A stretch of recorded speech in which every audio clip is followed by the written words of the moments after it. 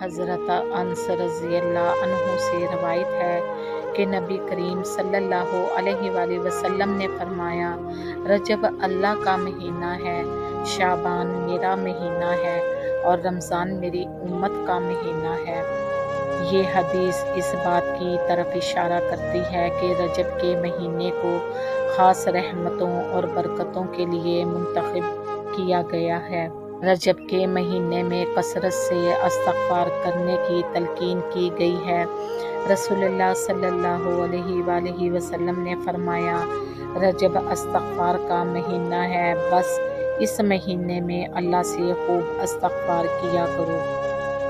اللہ تعالیٰ نے قرآن مجید میں فرمایا، بے شک اللہ کے نزدیک مہینوں کی تعداد 12 ہے، ان میں 4 مہینے رحمتوں والے ہیں۔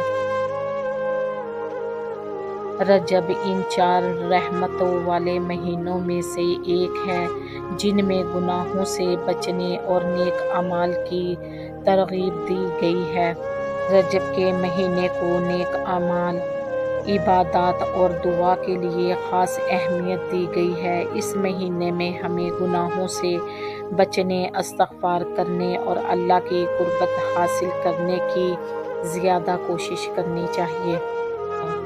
حضرت انس بن رضی اللہ عنہ روایت کرتے ہیں کہ رسول اللہ صلی اللہ علیہ وآلہ وسلم نے فرمایا، جنت میں ایک نہر ہے جسے رجب کہا جاتا ہے، اس کا پانی دودھ سے زیادہ سفید اور شہد سے زیادہ میٹھا ہے۔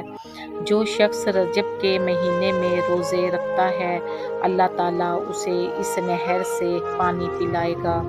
حضرت ابو سعید رضی اللہ عنہ سے روایت ہے کہ نبی کریم صلی اللہ علیہ وآلہ وسلم نے فرمایا، رجب کے ایک دن کا روزہ 1 ماہ کے روزوں کے برابر ہے۔ حضرت خالد رحمۃ اللہ فرماتے ہیں، رجب بوئی کا مہینہ ہے، شعبان پانی دینے کا مہینہ ہے اور رمضان فصل کاٹنے کا مہینہ ہے۔